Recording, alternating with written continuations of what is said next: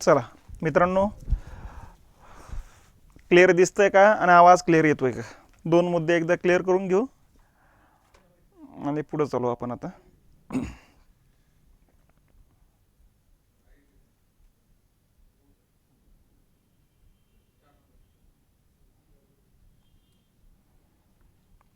ठीक आहे.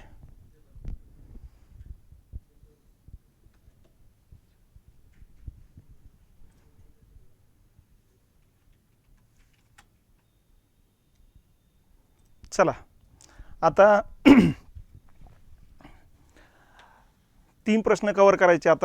आतापर्यंत 4 प्रश्न कव्हर झालेले कालच्या आणि आजच्या लेक्चरमध्ये सकाळचे.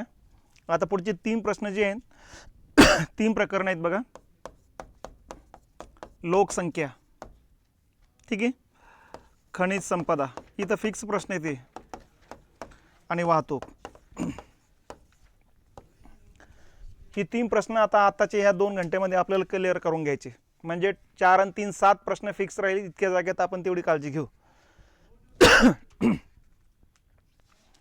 उद्या मग इकॉनॉमिक्सला सुरुवात करू आणि याच्यातलं काही 1-2 प्रकरण राहिले तरी नंतर आपण लेक्चर पुढं या ठिकाणी हे सगळं फास्ट ट्रॅक झालं लगेच घेऊन टाकू. त्यामुळे त्याच्यातही तुम्ही असं काही हे देऊ नका मनामध्ये संशय असं.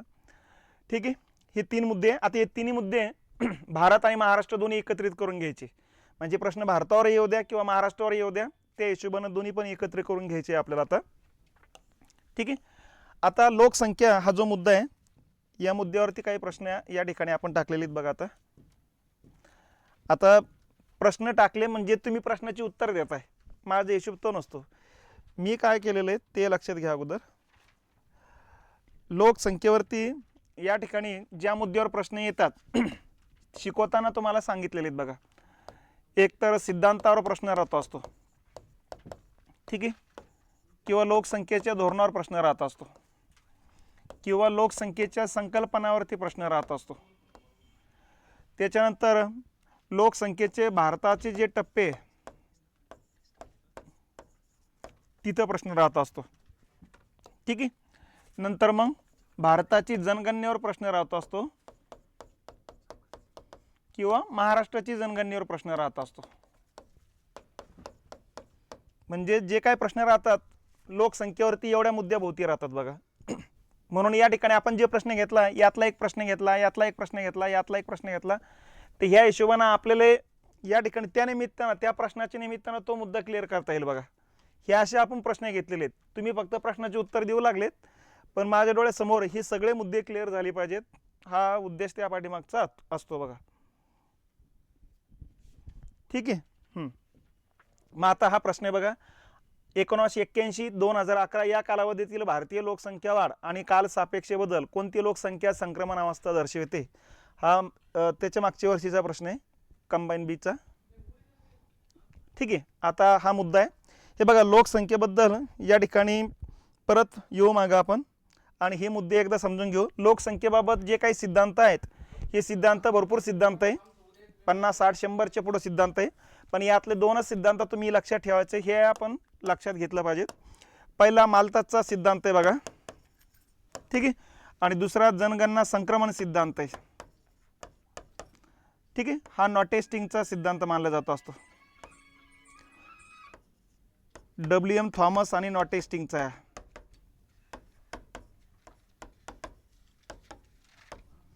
ठीक आहे.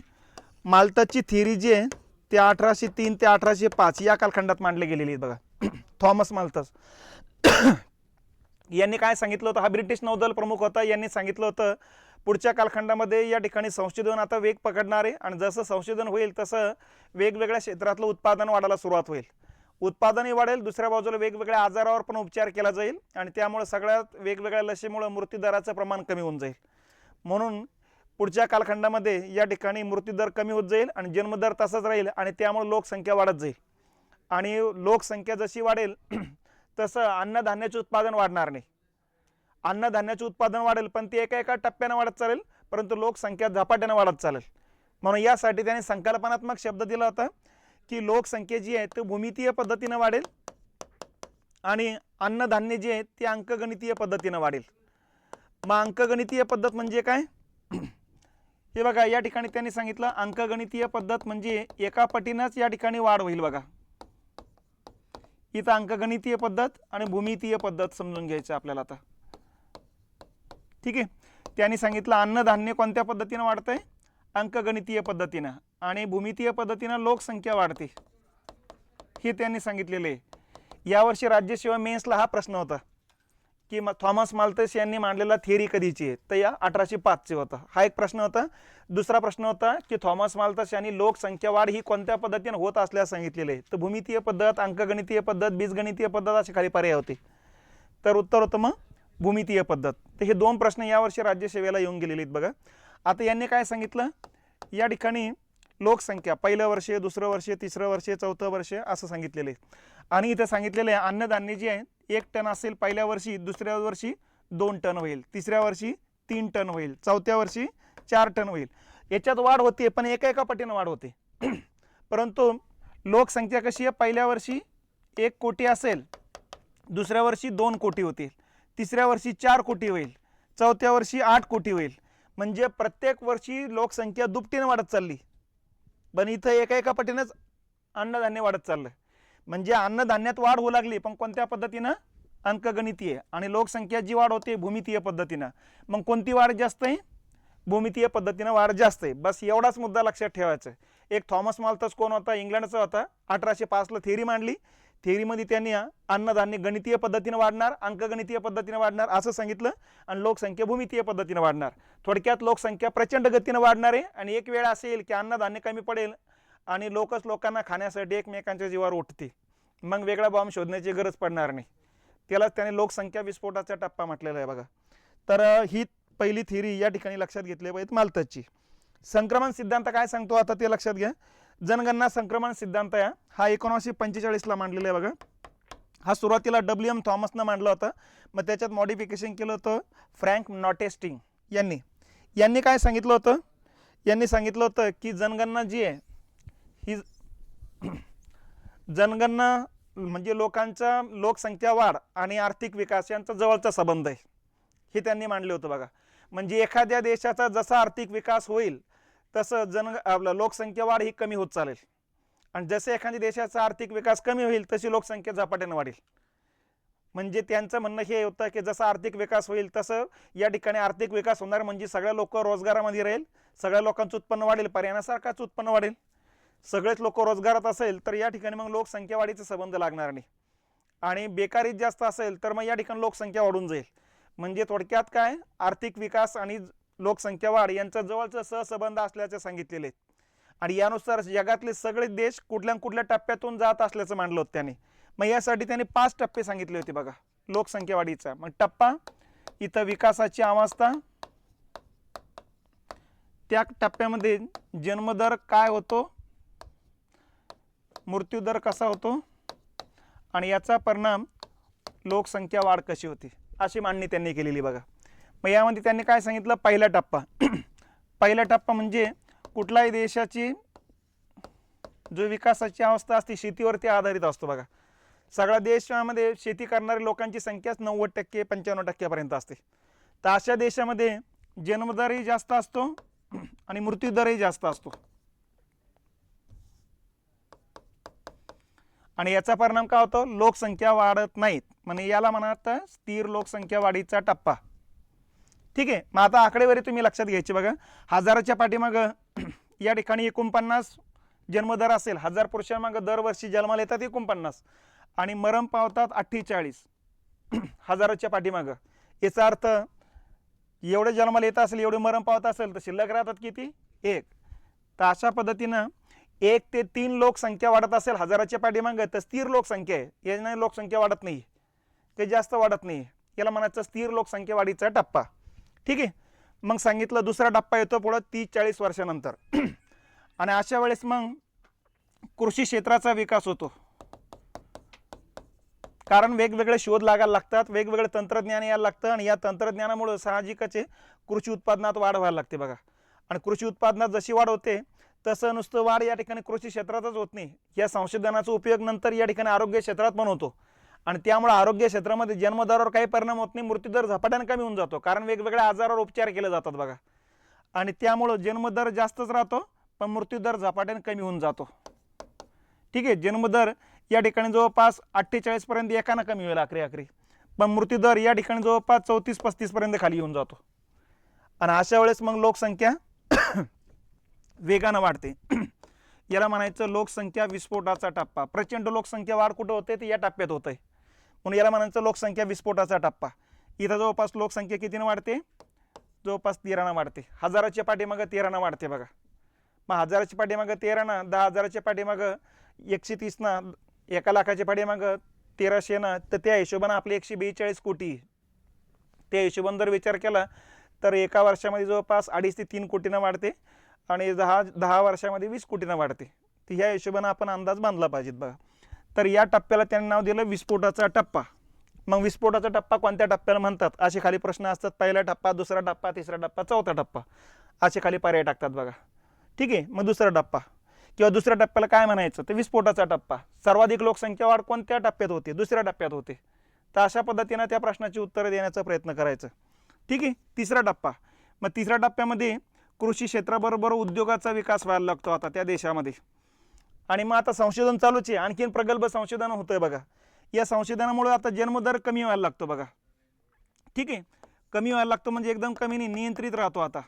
ठीक आहे, आणि हा पण या ठिकाणी आता आणखीन कमी होतं पण नियंत्रितच राहतो बघा. म्हणजे हा थोडक्यात 7-8नं कमी होऊन जातो, 40 पर्यंत खाली येतो बघा. आणि हा 2-3नं कमी होऊन जातो, हा 32-33 पर्यंत येऊन जातो बघा. मग इथं लोकसंख्या जी आहे आता लोकसंख्या वाढते पण आता नियंत्रित वाढते इथं पण. ठीक आहे, नियंत्रित वाढते म्हणजे आता आकड्याच्या हिशोबानं वाढलं तर 8नं वाढते बघा. इथं सर्वात जास्त 13नं वाढत होती, इथं 8नं वाढायला लागते आता. कारण जन्मदर एक कमी होतो, मृत्यूदर एक कमी होतो. याला म्हणायचा तिसरा टप्पा. मग सांगितलं जातं चौथा टप्पा येतो बघा. चौथ्या टप्प्यामध्ये आता उद्योगाचा उच्च विकास होतो आता. त्यामुळे लोकांचं उत्पन्न वाढून जातं आता. कारण दोघं घरातले सायलेंट वर करा, नाही ते बाहेर देऊन टाका. ते कोणच आहे किंवा ते सायलेंट वर करत.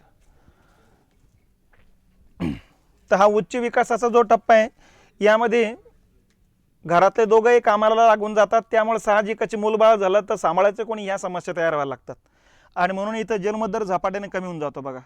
मग जन्मदर या ठिकाणी जवळपास 10 पर्यंत कमी होऊन जातो आणि मृत्यूदरही कमी होऊन जातो असतो बघा. मृत्यू जवळपास 8 वरती येऊन जातो बघा. आणि अशा वेळेस मग या ठिकाणी लोकसंख्या जी वाढे परत स्थिर लोकसंख्या वाढीचा टप्पा येऊन जातो. मग कारण लोकसंख्या कितीनं वाढते? 2नंच वाढते. 1 ते 3च्या दरम्यान लोकसंख्या वाढ असेल तर स्थिरच लोकसंख्या वाढीचा टप्पा म्हटलं जातं असतं बघा. तर हा मुद्दा या ठिकाणी लक्षात घेतला पाहिजे. आणि नंतर मग या ठिकाणी उद्योगाचा, सेवाचा सर्वोच्च विकास झाला असेल, हा सर्वोच्च विकासाचा हे आहे. स्वयंचलन या ठिकाणी वाढतं बघा. म्हणजे आता जसं जपानमध्ये रोबोट वगैरे आले त्यांच्या मार्फत काम करायला सुरुवात झाली, म्हणजे लोकांना काम करण्याची गरज नाही पडत आता. कारण लोकांनी नवीन नवीन तंत्रज्ञान शोधून काढले, स्वतः काम करण्याच्या ऐवजी रोबोट मार्फत काम करायला सुरुवात केली आणि उत्पन्न झपाट्यानं वाढलं. कारण ते रोबोट रात्रंदिवस सगळं काम करत राहतो, थकत नाही तो. आणि अशा वेळेस उत्पादन झपाट्यानं वाढून जातं बघा. आणि म्हणून सांगितलं एकदम उच्च विकासाची अवस्था आहे 5वी. कोणत्याही देशाची ही अवस्था येणार आहे पुढे चालून. आणि या अवस्थेमध्ये मग मृत्यूदर जन्मदरापेक्षा, आपलं जन्मदर जो आहे तो मृत्यूदरापेक्षा पण कमी होऊन जातो. हे खूपच कमी, हा कमीच राहणार. फक्त आता हा या ठिकाणी 6 असेल तर हा जो आहे याच्यापेक्षा कमी होऊन जातो. हा 6 असेल तर हा 4 वरती येऊन जातो. म्हणजे जन्मदर 4, मृत्यूदर 6. म्हणजे इथं ऋणात्मक दर म्हणतो आपण याला. या ऋणात्मक दर किती आहे? हजाराच्या पाठीमागं वाढणं होता 2-2 घट होऊ लागली. हजाराच्या पाठीमागं 2, 10,000च्या पाठीमागं 20 ना. या हिशोबानं मागच्या तुलनेमध्ये जेवढी लोकसंख्या आहे तेवढी लोकसंख्येमध्ये आणखीन घट व्हायला लागते, वाढणं होता. याला म्हणायचं ऋणात्मक दर. मग सध्या ऋणात्मक दर कोणत्या कोणत्या देशांचा आहे? Sweden, Norway, Iceland, Finland, Japan, ही जे देश आहेत, जर्मनी, ही देश जे आहेत ही ऋणात्मक दर आहेत. आणि म्हणून या देशाचा सर्वात जास्त विकास झालेला आहे बघा. आणि सर्वात जास्त विकास झाला म्हणून या लोकांच्या लक्षात आलं आहे की आपण आपलं जगून घ्या, आपण बाकीच्या प्राण्यांसारखं आहे, उगा जन्माला घालायचे आणि पुढचं आपण आपलं लोड वाढवून घ्यायचं, हे कोणी सांगितलं?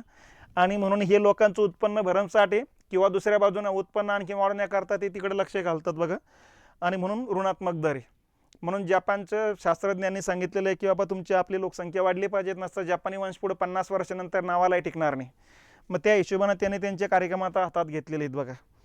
तर या पद्धतीनं इथं हे टप्पे लक्षात घेतले पाहिजेत. आता याच्यात कमर्शियल पद्धतीनं बघायचं, सर्वात जास्त लोकसंख्या कोणत्या टप्प्यात वाढते?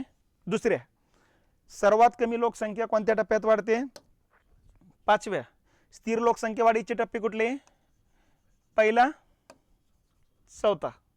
असं लक्षात घ्या. ठीक आहे.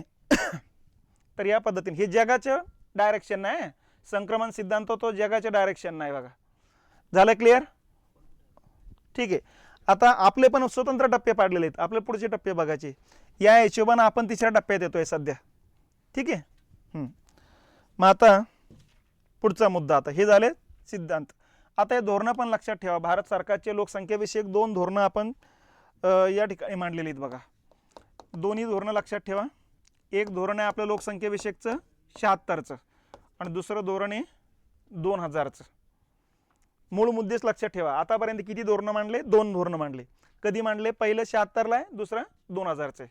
हे पहिले मुद्दे लक्षात आले पाहिजेत. हे पहिलं जे धोरण आहे इंदिरा गांधींनी मांडलेलं आहे बघा, आणि दुसरं जे धोरण आहे अटल बिहारी वाजपेयी यांनी मांडलेले आहे. ठीक आहे. बेसिक गोष्टी अगोदर लक्षात घेऊ.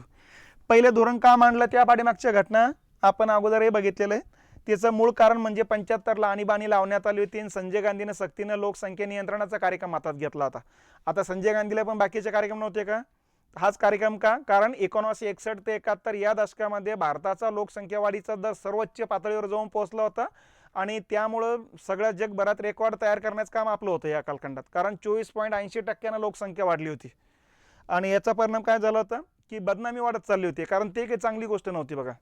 आणि म्हणून लोकसंख्येबाबत काहीतरी करायचं आहे म्हणून आणीबाणी लावल्यानंतर हातात सत्ता आल्यानंतर मग माणसानं त्याच गोष्टीवरती कॉन्सन्ट्रेशन केलंय आणि डॉक्टर लोकांना टार्गेट देऊन टाकले की कुटुंब शस्त्रक्रिया करा म्हणून. पण त्यांना सांगण्यात आलं होतं 1-2 अपत्य झालेलं असेल त्यांच्या करा, पण टार्गेट कंप्लीट करण्यासाठी या ठिकाणी तेवढे लोक सापडत नव्हते. मग म्हणून त्याने लग्न झालं की नाही ते पण बघितलं नाही आणि याचाच परिणाम या ठिकाणी लोकांच्या मनामध्ये सरकारविषयी नाराजी निर्माण झाली आणि ही नाराजी कमी व्हावी याकरता आणीबाणी उठवल्यानंतर इंदिरा गांधीनं मग हे लोकसंख्येविषयक धोरण मांडलेले. या धोरणामध्ये काय सांगितलं? हम दो हमारे दोन, याच्यावरती कुटुंबावरचं भर राहील. लहान कुटुंबावर भर असेल. मुलीचं लग्नाचं वय 18, मुलाचं लग्नाचं वय 21 असेल. लक्षात. त्यानंतर लोकसंख्या शिक्षणावर भर दिलं जाईल. वाढत्या लोकसंख्येची समस्या लोकांच्या लक्षात आणून दिलं जाईल आणि लोकसंख्या नियंत्रणासाठी जे काही साधनं आहेत, मग ते कंडोम असू द्या, गोळ्या असू द्या, औषधी असू द्या, ते मोफत वाटल्या जाईल. तर अशा प्रकारचं हे धोरण होतं बघा. मग आता 2000चं धोरण, दुसरं धोरण काय जाहीर करावं लागलं?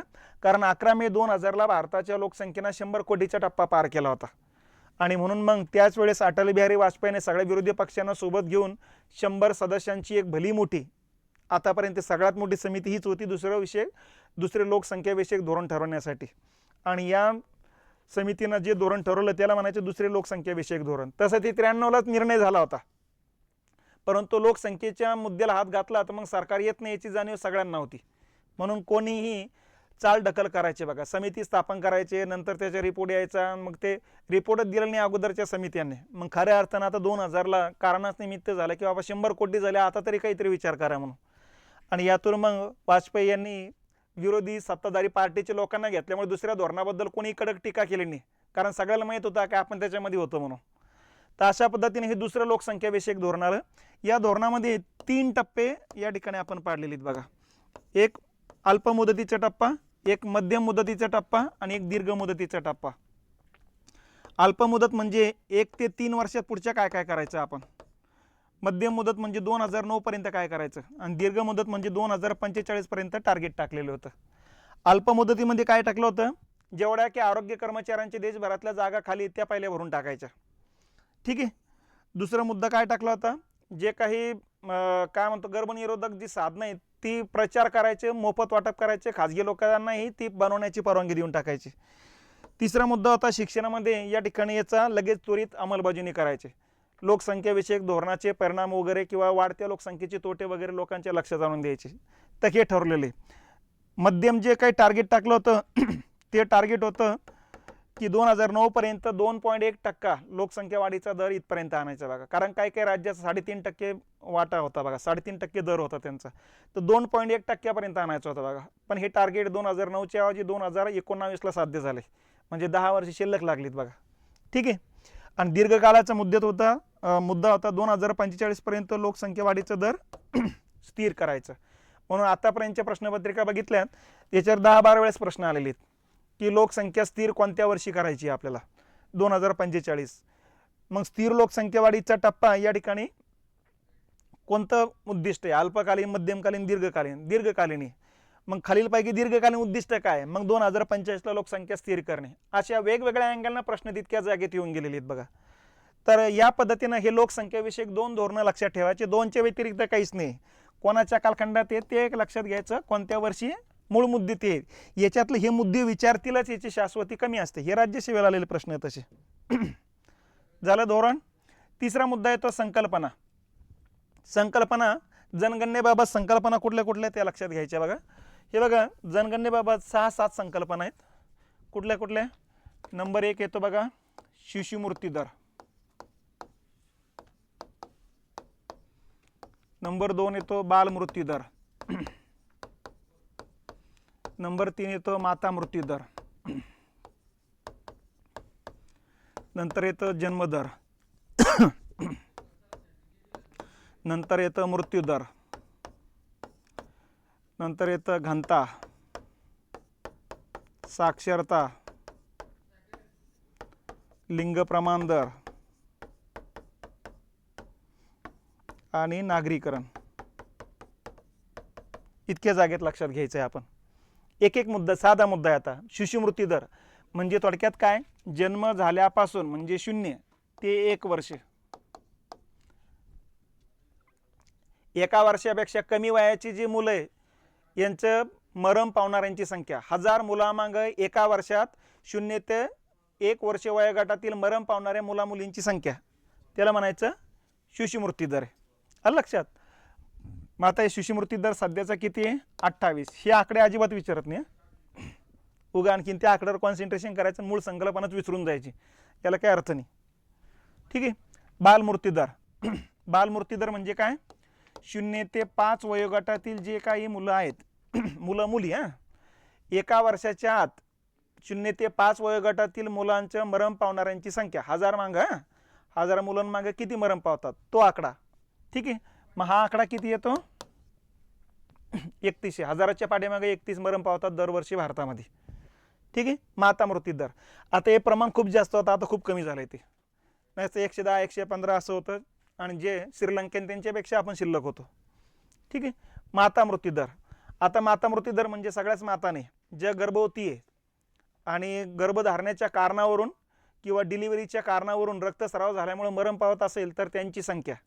यांची संख्या मोजताना कशात मोजतात, 1,00,000 डिलिव्हरी झालेल्या मातांच्या पाठीमागे मरण पावणाऱ्या मातांची संख्या. लक्षात. मग हा दर काहीतरी 34-35च्या याच्यात येतो बघा. त्याच्यानंतर जन्मदर. जन्मदर म्हणजे एका वर्षात 1000 व्यक्तींमागं किती जन्माला येतात दरवर्षी, तो दर. मग हा जवळपास 17च्या आसपास येतो भारताचा सध्याचा. लक्षात. 1000च्या पाठीमागं 17 जन्माला येऊ लागलेत बघा. ठीक आहे. मृत्यूदर म्हणजे 1000 व्यक्तीमागं एका वर्षात किती लोक मरण पावतात त्यांचा, म्हणजे 1000च्याच आकडेवारी ते मरण पावणाऱ्याची सध्या संख्या किती आहे. मग मृत्यूदर सध्याचा किती आपला 7 आहे. जन्माला येतात 17, मरण पावतात 7, म्हणजे इथं जिवंत राहतात किती 10. किती पाठीमागं, 1000च्या पाठीमागं 10, मग 10,000च्या पाठीमागं 100, 1,00,000च्या पाठीमागं 10,00,000च्या पाठीमागं 10,00,000च्या पाठीमागं आणि 1 कोटीच्या पाठीमागं किती झाले. आता एकम दहम शतक, 1000, 10,000, लाख, 10 लाख, 10 लाख होतात 1 कोटी मागं.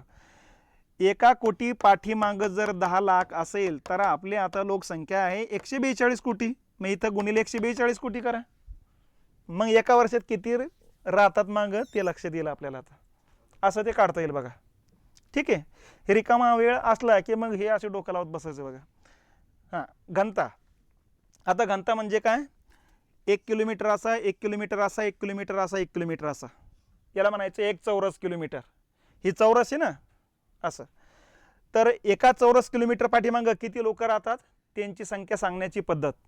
मागच्या वेळेस प्रश्न काय होता, घनता कोणत्या एककात मोजली जाते, आणि खाली चौरस फूट, चौरस सेंटीमीटर, चौरस किलोमीटर असे खाली पर्याय टाकले होते. तर काय मग एक चौरस किलोमीटर आहे. 1 किलोमीटर असा, 1 किलोमीटर असा, 1 किलोमीटर, 1 किलोमीटर असं, 1 चौरस किलोमीटर म्हणायचं त्याला. लक्षात. सूत्र जर विचारलं तर एकूण क्षेत्रफळ भागिले एकूण लोकसंख्या त्यांचं गुणोत्तर म्हणजेच घनता, डेन्सिटी. भारताचे एकूण क्षेत्रफळ किती, 32,87,000 आणि लोकसंख्या किती आहे, 142 कोटी. 142 कोटी भागिले 32,87,000 आणि ते जो येईल ते म्हणजे एका चौरस किलोमीटर पाठीमागे किती लोक राहतात ते काढले जाते बघा. मग आता हे किती सध्या भारताचं 382, महाराष्ट्र 365 आहे. ठीक आहे, आपण भारताच्या डायरेक्शनच चाललेलो आहे, महाराष्ट्र काही डोकं नका लावू सध्या. ठीक आहे, घनता समजली. एका चौरस किलोमीटर पाठीमागे राहणार लोकसंख्या, गुणोत्तर कसं काढलं जातं ते एकूण लोकसंख्या भागिले क्षेत्रफळ. ठीक आहे, सध्याचं किती आहे 382, सध्याचं म्हणजे 2011च बघतोय आपण. साक्षरता, साक्षरतेची व्याख्या काय, 7 वर्षावरील ज्यांना कोणत्याही भाषेत लिहिता येतं, वाचता येतं आणि समजतं काय लिहिलेलं ते, तर त्याला म्हणायचं साक्षर व्यक्ती. लक्षात. आणि एखाद्या जिल्ह्याची, तालुक्याची, धर्माची, जातीची, देशाची साक्षरता 90% झाली की 100% पकडतात, असे नियम लक्षात ठेवायचे बघा. मग कोणत्या वयोगटातील, 6 नाही, 6व्या वर्षी झालं, 6 वर्ष झाले एक शाळेत टाकलं जातं, मग सरकार म्हणते एका वर्षात ते लिहिता वाचता यायला शिकलं बघा तो, म्हणून मग 7 वर्षावरील पकडलं जातं असतं. तर 7 वर्षे किंवा प्लस, आता प्लस कुठपर्यंत ते काही सांगितलेलं नाही. तर 7 वर्षावरील ज्यांना कोणत्याही भाषेत लिहिता येईल, वाचता येईल आणि समजेल, या तिन्ही अटी लागवायला पाहिजेत, त्यांना साक्षर मानतात. आणि 90% साक्षरता झाली की 100% साक्षरता मानतात. ठीक आहे, मग सध्या आपला साक्षरता दर किती आहे, भारताचा साक्षरता दर येतो 73%. ठीक आहे. त्याच्यानंतर लिंग प्रमाण दर, 1000 पुरुषांमागं महिलांची संख्या किती आहे ते दाखवण्याचं प्रमाण, याला म्हणायचं लिंग प्रमाण दर. ठीक आहे. आता हे सामाजिक विषमता आहे की समता हे समजण्यासाठी, महिलांवरची गुन्ह्यामध्ये प्रमाणात वाढ झाली तर याचा अर्थ महिलांची संख्या कमी होऊ लागली म्हणून वाढ होऊ लागली हे लक्षात यावं, यासाठी असतं बघा. ठीक आहे, मग लिंग प्रमाण दर सध्या किती आहे, 1000 पुरुषांमागं 943 येतं बघा. ठीक आहे, भारताचं, महाराष्ट्रात 929 आहे. मग आता याच्यात लक्षात ठेवायचं, 950 पेक्षा कमी असेल महिला 1000 पुरुषांमागं तर प्रतिकूल प्रमाण आहे, 950 पेक्षा जास्त असेल अनुकूल प्रमाण आहे. आणि शेवटचा मुद्दा आहे तो नागरीकरण. आता नागरीकरणाची व्याख्या लक्षात घ्यायची बघा. नागरीकरण म्हणजे काय, तर ज्या ठिकाणातले मेजॉरिटी लोकसंख्या ही द्वितीयक आणि तृतीयक क्षेत्रात कार्यरत असेल तिथल्या भागाला म्हणायचं नागरी भाग, शहरी भाग. आणि यासाठी मग 3 अटी कंप्लीट कराव्या लागतात. कुठल्या कुठल्या, तिथं लोकसंख्या मिनिमम 5000 पेक्षा जास्त असली पाहिजेत, पहिली अट. दुसरी अट आहे तिथली घनता 400 पेक्षा जास्त असली पाहिजेत. ठीक आहे. तिसरा मुद्दा, तिथं जेवढे लोकसंख्या आहे त्या लोकसंख्येपैकी 75% पेक्षा जास्त लोकसंख्या ही शेती सोडून इतर क्षेत्रात कार्यरत पाहिजेत.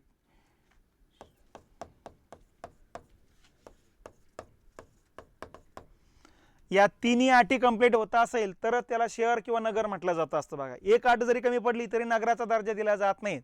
आणि अशा नगरात राहणाऱ्या लोकांची संख्या म्हणजे नागरीकरण. मग अशा भागामध्ये किती लोक राहतात ती संख्या मोजण्याची पद्धती तर नागरीकरण म्हणताय. नेहमी लक्षात ठेवा, जेवढं नागरीकरण होणार तेवढं लोकांचं उत्पन्न जास्त आहे, कारण नागरी भागामध्ये शेती सोडून इतर क्षेत्रातले लोक जास्त आहे, म्हणजे द्वितीयक आणि तृतीयक क्षेत्रातले लोक जास्त आहे आणि या क्षेत्रातून मिळणारं उत्पन्न जास्त आहे. ज्या राज्यात नागरीकरण जास्त त्या राज्यातल्या लोकांचं उत्पन्न जास्त आहे, ज्या राज्यात नागरीकरण कमी त्या राज्यातलं लोकांचं उत्पन्न कमी. हा साधा हिशोब आहे. भारतात सर्वात जास्त, आता भारताचं नागरीकरण किती टक्के, 31%, म्हणजे उर्वरित ग्रामीण भागात राहतात 69%. आता सर्वात जास्त नागरीकरण झालेलं राज्य आहे गोवा. लक्षात, जवळपास गोव्याचं 56% नागरीकरण झालेले, म्हणून दरडोई उत्पन्न सर्वात जास्त कोणाचं आहे, दरडोई उत्पन्न सर्वात जास्त गोव्याचं आहे. लक्षात, जवळपास 4,58,000 चौरस आपलं 4,58,000 रुपये येतं बघा. आणि सर्वात कमी या ठिकाणी नागरीकरण आहे हिमाचल प्रदेश, जवळपास 10% आहे. काही पुस्तकात 11-12% पण दाखवलेले पण सर्वात कमी आहे. ठीक आहे. आणि महाराष्ट्राचं किती असेल?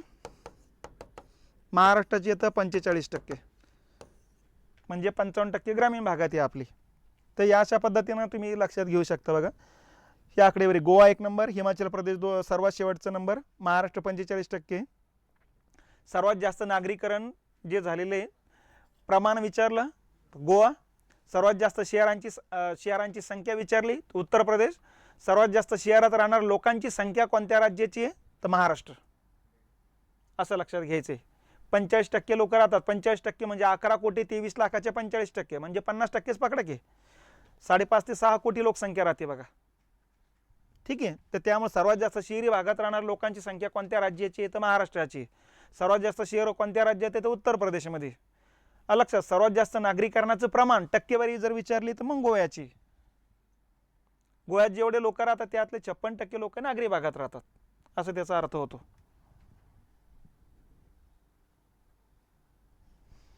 दरडोई उत्पन्न म्हणजे काय? आता एका आर्थिक वर्षात प्रत्येक व्यक्तीनं, देशातल्या प्रत्येक व्यक्तीनं कमवलेलं उत्पन्न.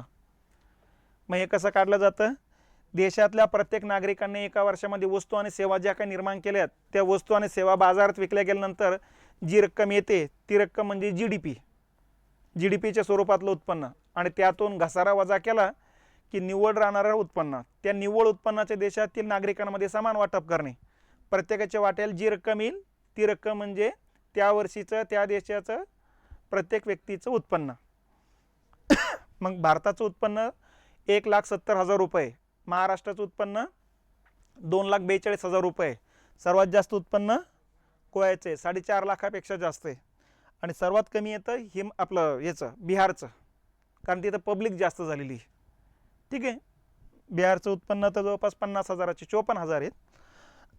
तर त्या हिशोबाने लक्षात ठेवा. मग दरडोई उत्पन्न काढण्याची पद्धत NNP भागिले एकूण लोकसंख्या, म्हणजे निव्वळ राष्ट्रीय उत्पन्न भागिले एकूण लोकसंख्या.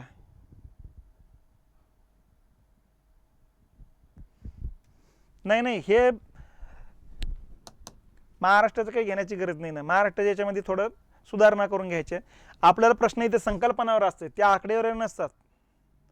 त्यामुळे इथे संकल्पना क्लिअर करा. तुम्हाला ही आकडेवारी चालता बोलता सांगू लागलो ते सध्याची आकडेवारी विचारली तर जर तरच्या गोष्टी त्याच्यामध्ये. पण हे क्लिअर पाहिजेत. बालमृत्यूदर म्हणजे कोणता वयोगट आहे मरण पावणाऱ्यांचं? माता मृत्यूदर म्हणजे कोणत्या माता आहेत? शिशुमृत्यूदर, मागच्या वर्षी शिशुमृत्यूदर विचारला होता ना, तर ते लक्षात आलं पाहिजे. ठीक आहे. झाला हा मुद्दा क्लिअर झाला. आता पुढचा आहे भारताची लोकसंख्या. याच्या अगोदर जनगणना प्रारंभ हा एक मुद्दा लक्षात घ्यावा लागेल आपल्याला, मग टप्पे समजायला सोपी जाईल आपल्याला. ठीक आहे. मग आता जनगणनेचा प्रारंभाबद्दल लक्षात घेऊ आपण. हे बघा, जनगणनेला प्रारंभ जी होते ते आपल्याला माहिती आहे. जगात जनगणना प्रारंभ जी आहे ती या ठिकाणी सर्वात अगोदर 1749ला सुरुवात केलेली स्वीडननं. ही पद्धत स्वीडननं सुरुवात केलेली बघा. आणि भारतानं जनगणनेला सुरुवात केली 1872ला. मेवाचा कालखंड होता. ठीक आहे. त्यांनी जनगणना याकरता केली की त्यांनी पहिल्यांदा स्वीकारलं होतं की प्रत्येक व्यक्तीचे विकास म्हणजे देशाचा विकास आहे.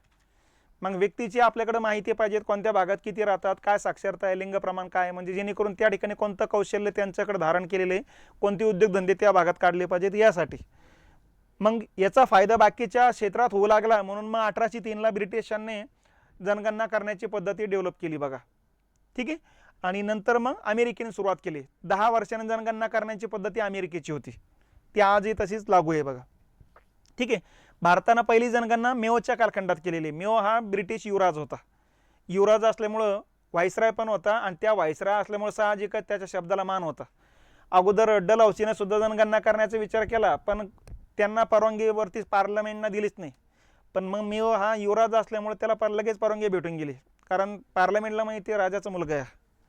तर पहिली जनगणना झालेली मेओच्या कालखंडामध्ये. लक्षात. मग 1881ला रिपननं काय केलं, एक कायदाच करून टाकला आणि सांगितलं इथून पुढे दर 10 वर्षांनी जनगणना होईल म्हणून. 1881, 91, 1911, 21, 31, 41, 41, 51, 71, 81, 81, 91, 2001, 2011 एवढ्या जनगणना झालेल्या आहेत आतापर्यंत. एवढ्या झाल्या म्हणजे किती झाल्यात? 15 झालेत बघा. म्हणून याला म्हणायचं नियमित जनगणना करणारा व्हाईसराय. आलं लक्षात? म्हणून हा प्रश्न येऊन पण गेलेला आहे. नियमित जनगणनेला सुरुवात कधीपासून झाली? तर 1881 पासून झाली.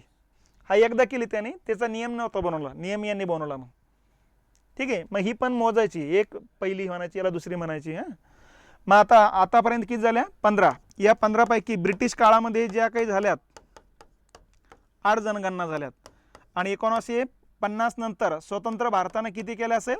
7 केल्यात. आणि शेवटची जनगणना कधीची आहे? शेवटची म्हणजे 19ला विचार केला तर 15वी आणि स्वातंत्र्यानंतरचा विचार केला तर 7वी. कधी झाली? 2011ला झालेली आहे बघा. ठीक आहे.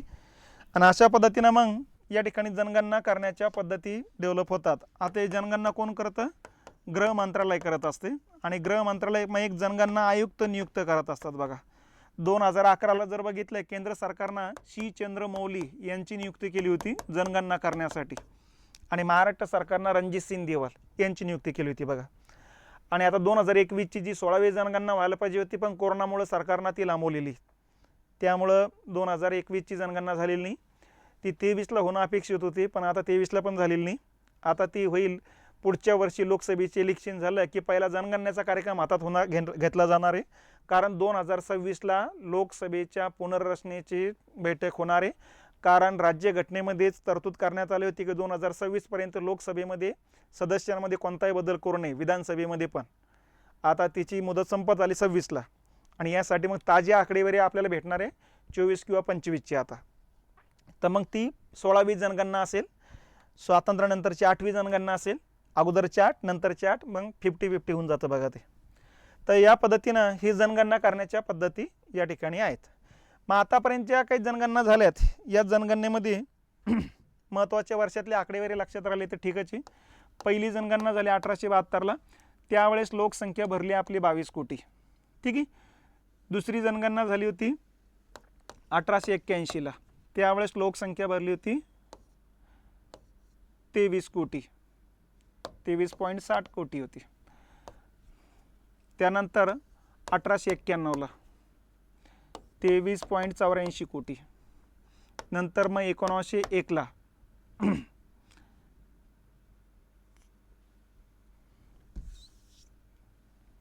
ही 20 कोटी आहे. ठीक आहे. ही भरली 22 कोटी, ही भरली 23.60 कोटी, ही भरली 23.84 कोटी. त्याच्यानंतर 1911ला ही भरली 25.21 कोटी. नंतर 1921ला ही भरली 25.13 कोटी. नंतर 1931ला ही भरली लोकसंख्या 28 कोटी. मग 1941ला ही भरली 32 कोटी. तर ब्रिटिश कालखंडात 8 जनगणना झाल्या, 1 2 3 4 5 6 7 8. आणि मग स्वातंत्र्यानंतरच्या जनगणना झाल्यात 1951 ही भरली 36 कोटी. 1961 ही भरली 44 कोटी. 1971 ही भरली 55 कोटी. 1981 ही भरली 68 कोटी. 1991 ही भरली 84 कोटी. 2001 ही भरली 102.87 कोटी आणि 2011 ही भरली 121.08 कोटी. ठीक आहे. आता यामध्ये पण लक्षात ठेवायचं, या दशकामध्ये इथं जर बघितलं आपण, इथं लोकसंख्येत वाढ नव्हता, घट झाली. 25 कोटी 21 लाख होती, पुढच्या 10 वर्षामध्ये 25 कोटी 13 लाख भरली. म्हणून या दशकाला म्हणायचं महाविभाजनाचे दशक. आणि जर वर्षी विचारलं या वर्षी कमी झाले की या वर्षी, तर या वर्षी कमी झाली 21ला, म्हणून याला म्हणायचं महाविभाजनाचे वर्ष.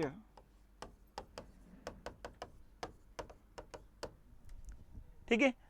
डिपार्टमेंटल PSIलाच हा प्रश्न येऊन गेला की महाविभाजनाचे दशक ही संकल्पना कोणत्या विषयाशी संबंधित आहे? अर्थशास्त्र, राज्यशास्त्र, लोकसंख्याशास्त्र असा प्रश्न खाली होते बघा. तर लोकसंख्याशास्त्राशी संबंधित संकल्पना येते. दशक विचारलं 11 ते 21, वर्ष विचारलं 1921. ठीक आहे. आणि या दशकामध्ये सर्वात कमी लोकसंख्या वाढीचे दशक कुठले? मग 11 ते 21. किती ना?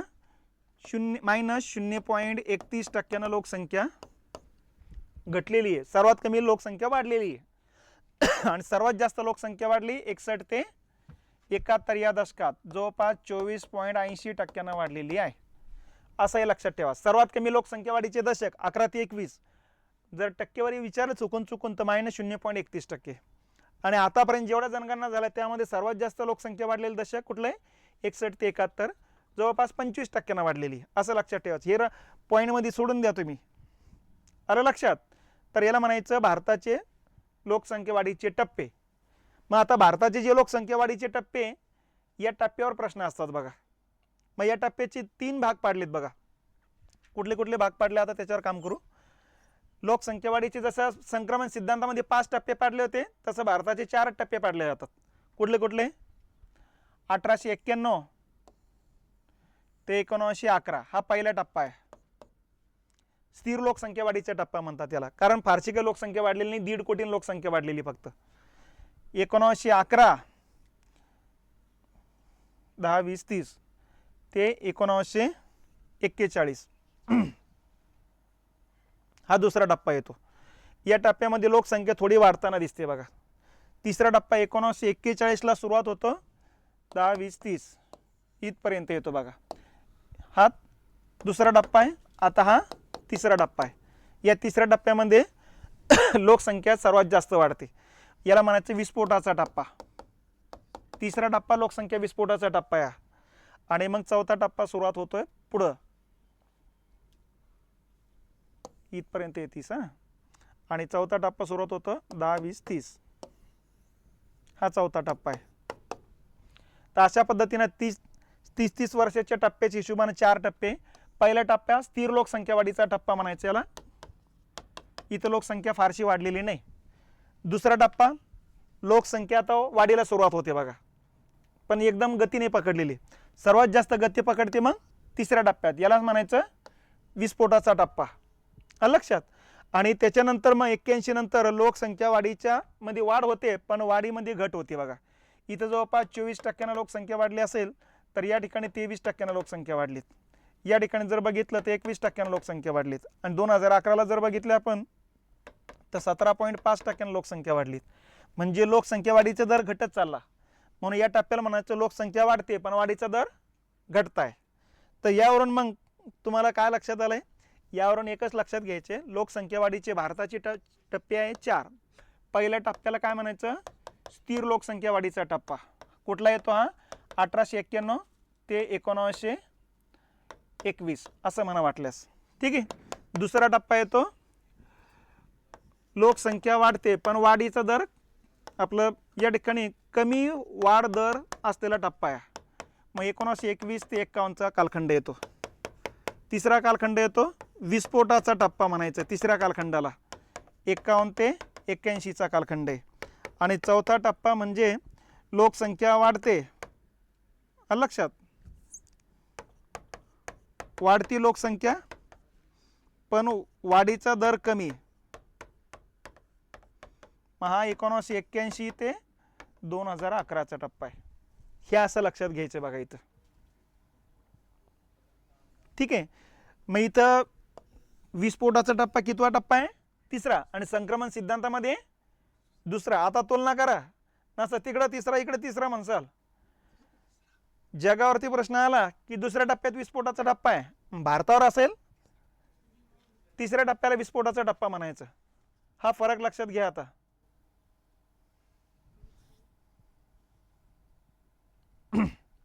भारताचं विचारलं तर तिसऱ्या टप्प्यामध्ये विस्फोट आहे, जगात विचारलं तर दुसऱ्या टप्प्यात आहे. झालंय? ओके. हे टप्पे झाले बघा. आता भारताची जनगणना आणि महाराष्ट्राची जनगणना आहे. मग भारताचं आता जनगणनेमध्ये कोणते कोणते मुद्दे लक्षात ठेवायचे? एक तर लोकसंख्या, नंबर 2 वाढ, 10 वर्षामध्ये काय वाढ झाली, नंबर 3 घनता, नंबर 4 साक्षरता, नंबर 5 लिंग प्रमाण दर. एवढे मुद्द्यावरती काम करायचं बघा. आता लोकसंख्येनुसार भारताची लोकसंख्या 121 कोटी, जगाच्या तुलनेमध्ये 17.5% येते. लक्षात?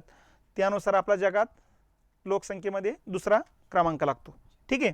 आता भारतामध्ये सर्वात जास्त लोकसंख्या असलेले राज्य कुठले कुठले? पहिले 3 राज्य लक्षात ठेवायचे. यूपी येतं 1 नंबरला, 2 नंबरला महाराष्ट्र आहे, 3 नंबरला बिहार आहे. सर्वात कमी लोकसंख्या जर विचारली तर 1 नंबरला कुठला येईल? सिक्कीम. लक्षात. 2 नंबरला मिझोराम, 3 नंबरला अरुणाचल प्रदेश आहे. सिक्कीमची 6 लाख लोकसंख्या आहे, मिझोरामची 11 लाख आहे आणि अरुणाचल प्रदेशची जवळपास 14 लाख लोकसंख्या आहे. ठीक आहे.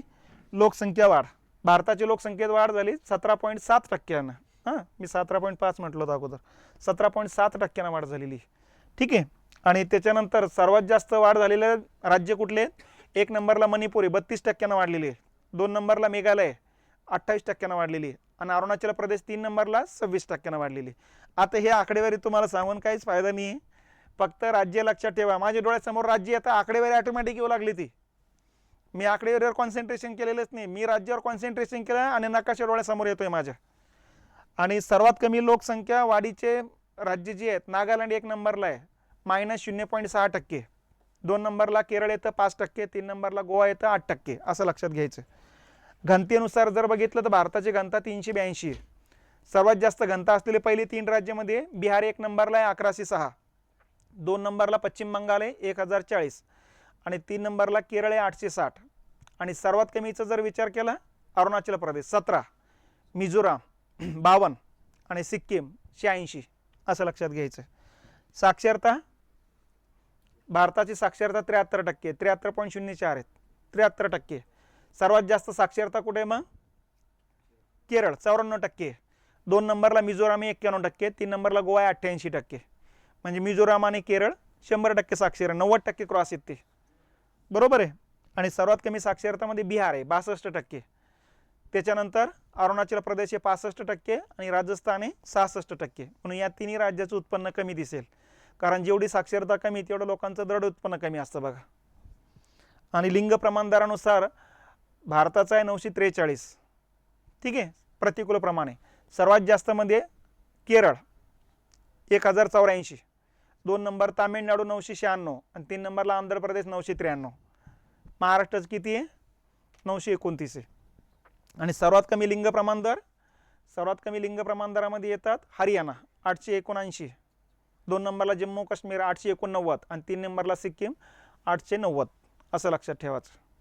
आता हेच महाराष्ट्रासाठी लक्षात ठेवा. महाराष्ट्राची लोकसंख्या किती? 11,23,00,000 आहे. भारताच्या किती टक्के? ते 9.29%. यानुसार भारतामध्ये कितवा क्रमांक आहे? दुसरा लोकसंख्येमध्ये.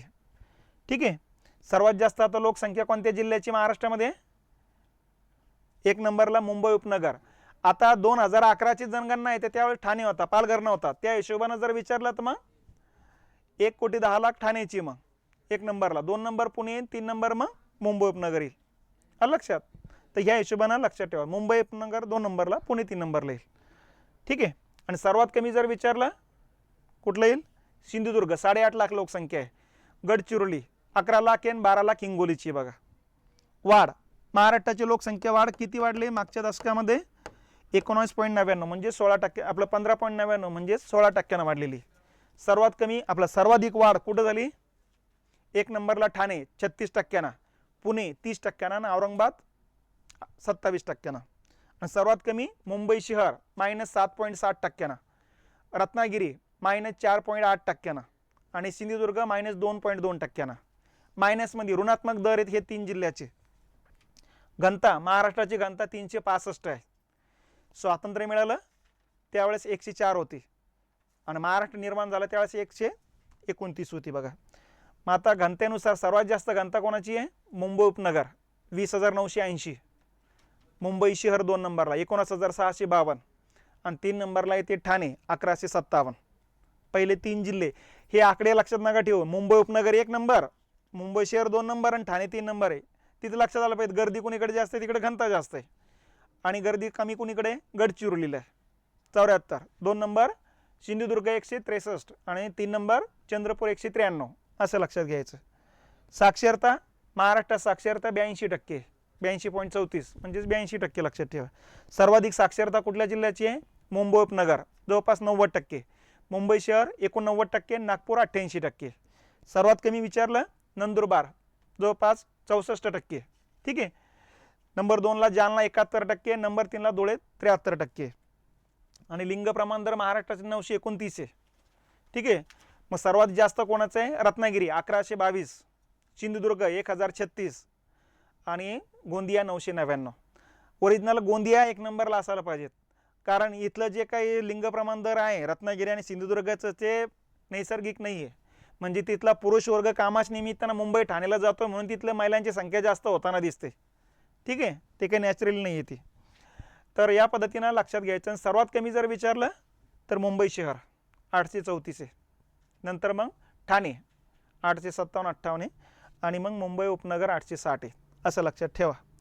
बाललिंग प्रमाणामध्ये सर्वात जास्त गडचिरोली, नंबर 2ला गोंदिया, नंबर 3ला चंद्रपूर आहे.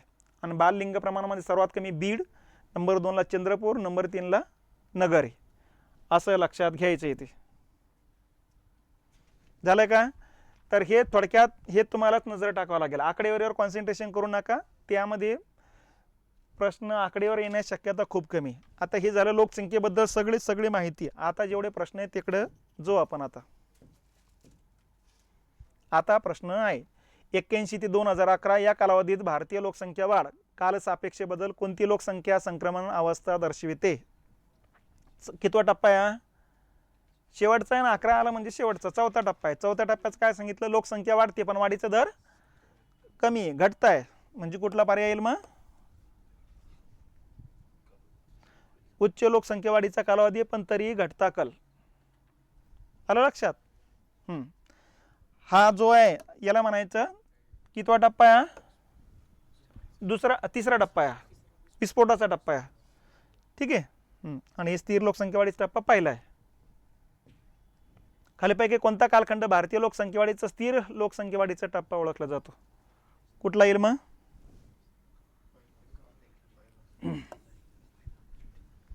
हा, 1921 पर्यंत स्थिर लोकसंख्या वाढीचा टप्पा आहे. जास्तीत जास्त प्रश्न भारताच्याच टप्प्यावरती आलेले आहेत बघा. आलं लक्षात? हा स्थिर लोकसंख्या वाढीचा टप्पा आहे. इथं लोकसंख्या वाढते पण वाढीचा दर कमी असतो बघा. आलं लक्षात? कमी वाढ आहे इथं आणि इथं सर्वाधिक वाढ आहे लोकसंख्यामध्ये.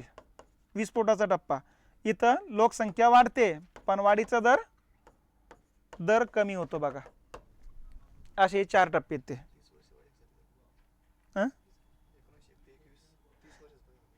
नाही आता ते काही टाकू शकतात ना, ते 10 वर्षाचं टाकू शकतात ते मध्ये.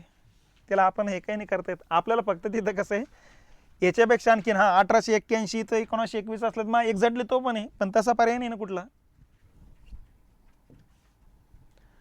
पुढचा आता प्रश्न.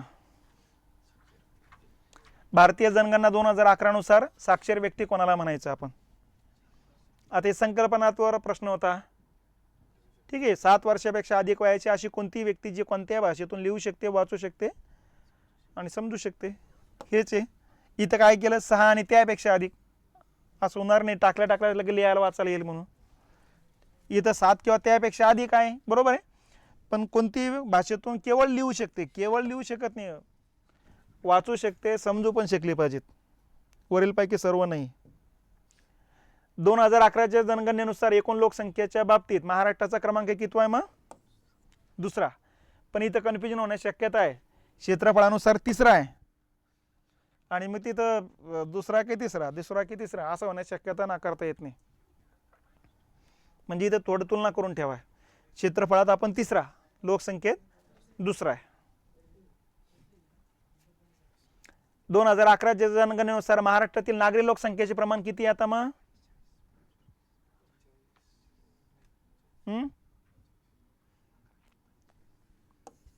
45 आहे. भारताचं किती आहे? 31%. गोव्याचं किती आहे? 56%. हिमाचल प्रदेश किती आहे? 10%. महाराष्ट्र किती आहे? 45%. याला उलट करू शकतात. महाराष्ट्रात ग्रामीण भागातील लोकसंख्या किती आहे? याला उलट करायचं, 55%. ठीक आहे. हे टक्केवारी विचारण्याची शक्यता आता एक खूप कमी आहे. हे लगे मेन्स आहे म्हणून इथं टक्केवारी आलीच बघा. 2011च्या जनगणनेनुसार महाराष्ट्रात लोकसंख्येची घनता किती आहे? आकडेवारीवर प्रश्न म्हणजे मेन्सचा प्रश्न आहे. लक्षात? महाराष्ट्राचं विचारलं की भारताचं विचारलं तिथं लक्षात घालायचं बरं का. म्हणजे दोघांची तुलना करून घ्यायची. इथं हे 382 टाकलं असतं ना तर मग बराच गोंधळ होतो, अरे हेच उत्तर आहे, कारण आपल्या डोक्यात हे पण आणि हे पण आकडे आहेत. ठीक आहे. पुढचा मुद्दा, 1 ते 11 या दशकामध्ये लोकसंख्येत किती टक्के वाढ झाली? महाराष्ट्राची विचारली 15.99 म्हणजे 16%. लक्षात ठेवा. भारताची विचारली 17.7%. ठीक आहे. सर्वात जास्त कुठल्या राज्याची वाढलेली लोकसंख्या वाढ? मणिपूर 32% वाढलेली. सर्वात कमी नागालँड -0.6%. 3 सांगितलीत ना, तर निदान हे आपण पहिल्या आणि शेवटचं लक्षात ठेवा. महाराष्ट्राची कितीनं वाढली मग? 16%. भारताची 1 ते 11 हे दशक म्हणतोय. हां, ओके. आता पुढचा मुद्दा येतो खनिज संपदा. ठीक आहे. आता खनिजावर प्रश्न अगोदर ते लक्षात घेऊ आपण. खनिजावरती प्रश्न कुठं कुठं आहेत? आपल्या डायरेक्ट खनिजावरच प्रश्न आहेत, एवढं लक्षात ठेवा. पण इथं अगोदर संकल्पना लक्षात घ्यायचं, खनिज म्हणजे काय. ठीक आहे. नंतर या ठिकाणी उत्पन्न लक्षात ठेवायचं. त्याच्या अगोदर खनिजाचे प्रकार लक्षात घ्यायचे, मग उत्पन्न लक्षात घ्यायचं बघा. ठीक आहे. आणि नंतर मग खडक लक्षात घ्यायचा आणि मग खनिज वितरण लक्षात घ्यायचे बघा. असे मुद्दे लक्षात घ्यायचे. हे बघा, आतापर्यंत जगामध्ये जर विचार केला तर 2000 पेक्षा अधिक खनिजे सापडलेली आहे. भारताचा जर विचार केला तर भारतात 95 खनिजे आहेत आणि महाराष्ट्राचा जर विचार केला तर महाराष्ट्रात 22 ते 24 खनिजे सापडतात. हे आकडे दरवर्षी एक न कमी होतं किंवा जास्त होतं बघा. 22 ते 24च्या दरम्यान राहिलेले, म्हणून मी काय केलं, हे असं धरून टाकले. ते लक्षात. आर्थिक पाहणीत भारत सरकारने 95 दिलेले आहेत, हे त्या हिशोबानाचे आता एवढे खनिज आहेत बघा. एक्झॅक्टली खनिजावरतीच प्रश्न आहे. खनिजामध्ये पण लक्षात ठेवायचं, ढोबळ मानाना 3 मुद्दे आपण पाडलेलेच अगोदर. एकदम मुख्य खनिज जे आहेत, प्रश्न असण्याची शक्यता 5 खनिज आहेत. इथं प्रश्न उकला की जे दुय्यम खनिज आहेत त्याच्यावरती 2-3 वर्षातून एखाद्या वेळेस प्रश्न चालतो, ती 5 खनिज आहे. आणि कधी कधी नुसतं महाराष्ट्रातल्याच खनिजाबद्दल प्रश्न असतो, तर ही खनिजे येतात 5. असे टोटल 15 खनिज करून ठेवा. अजिबात दुसरं खनिज करायची नाही. मग हे खनिज करताना काय काय करायचं? हे खनिज, त्यानंतर हे खनिज कोणत्या खडकात सापडतंय, त्या खनिजचा उपयोग कुठं कुठं होतो, त्या खनिजाच्या बाबतीत प्रथम देश कोणता आहे, ठीक आहे, प्रथम राज्य कोणते, आणि महाराष्ट्रातील जिल्हे कोणते, एवढ्या मुद्दे करत चालायचे प्रत्येक खनिज बघताना. 15 खनिज बघायचे ना, प्रत्येक खनिज बघताना हे 1 2 3 4 5 मुद्दे बघतच चालायचे. ठीक आहे. 15च करायचे, अजिबात याच्या बाहेर काही जाणार नाहीत. ठीक आहे. असं बाहेर जायचं म्हटलं तर महाराष्ट्रातले 22 ते 24 हे 95 जगाच्या हिशोबाने 2000 खनिज बघावं लागेल. मग हे बघा, पहिलं खनिज म्हणजे काय ते लक्षात घ्या. खनिजाची व्याख्या पुस्तकात काय सांगते? पृथ्वीवरील खडकांमध्ये सामावलेला व असेंद्रिय प्रक्रियेने निर्माण झालेला विशिष्ट रासायनिक संरचनाने संघटन असलेला पदार्थ, त्याला म्हणायचं खनिज. त्याला खनिज म्हणतात, अशी व्याख्या सरळ पुस्तकामध्ये आहे. थोडक्यात आता मुद्दा काय आहे? असेंद्रिय प्रक्रियेने तयार होतं. म्हणजे सेंद्रिय प्रक्रिया म्हणजे काय? वनस्पती प्राण्यांचा संबंध लागत असेल तर सेंद्रिय प्रक्रिया, जिथं वनस्पती प्राण्यांचा संबंध लागत नसेल असेंद्रिय प्रक्रिया. मग आता सेंद्रिय प्रक्रियेने तयार होतं म्हणजे कशामुळे तयार होते? तर पृथ्वीच्या पोटात तुम्ही जसं जाणार तसं तापमान वाढणार, दाब वाढणार, घनता वाढणार. याला म्हणायचं अंतर्गत कारक. म्हणजे दाबामुळं अंतर्गत भागामध्ये काहीतरी रासायनिक प्रक्रिया होतात. आता या ठिकाणी हे लक्षात घेतलं पाहिजे, आपल्या शरीराचा सर्वात सूक्ष्म जो भाग आहे त्याला पेशी म्हणतात, तसं पृथ्वीच्या घन भागाचा सर्वात सूक्ष्म जो भाग आहे त्याला मूलद्रव्य म्हणतात बघा.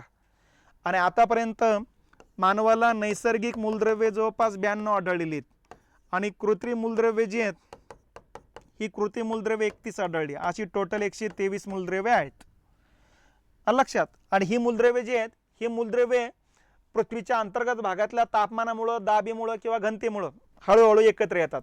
3-4 मूलद्रव्ये एकत्रित आलेत, त्यातून एक विशिष्ट रासायनिक संरचनेचं संघटन असलेला पदार्थ तयार होतो, त्याला म्हणायचं खनिज. म्हणजे मूलद्रव्यापासून खनिज तयार होतं आणि खनिजाच्या मिश्रणातून खडक तयार होतो आणि खडकाच्या पासून तयार झालेलं आवरण म्हणजे शिला आवरण आहे, पृथ्वीचं आपलं घन आवरण आहे ते. आलं लक्षात. म्हणून मग खनिजापासून खडक तयार होत असल्यामुळं खडक वरतूनच दिसतात आपल्याला कोणत्या ठिकाणी कोणता खडक आहे, काळा खडक आहे, लाल खडक आहे, तांबडा खडक आहे. आणि त्याच्यानंतर मग शास्त्रज्ञ म्हणतात मग त्या काळ्या खडकामध्ये कोणते खनिज आहेत, लाल खडकामध्ये कोणते खनिज आहेत म्हणून. म्हणून खडक पण लक्षात घ्यावा लागत असतो बघा.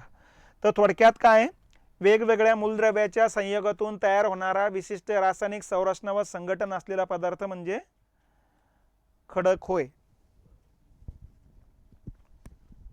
तर आपलं खनिज होय, ही खनिजाची व्याख्या या ठिकाणी लक्षात घेतली पाहिजेत. मोहसिन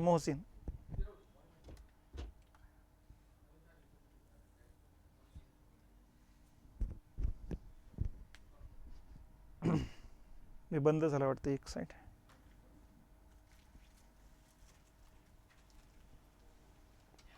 त्यांना येऊ दे थोडं. मॅडम थोडं माग.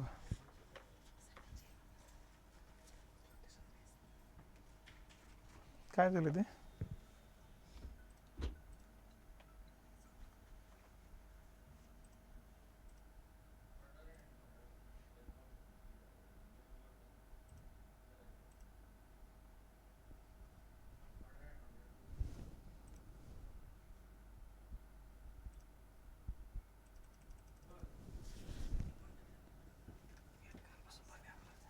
थोडं थोडं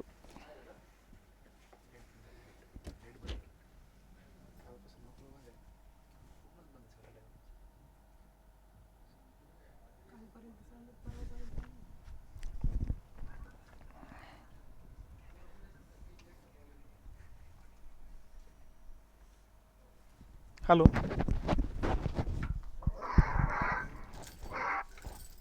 हॅलो हां बोला ना.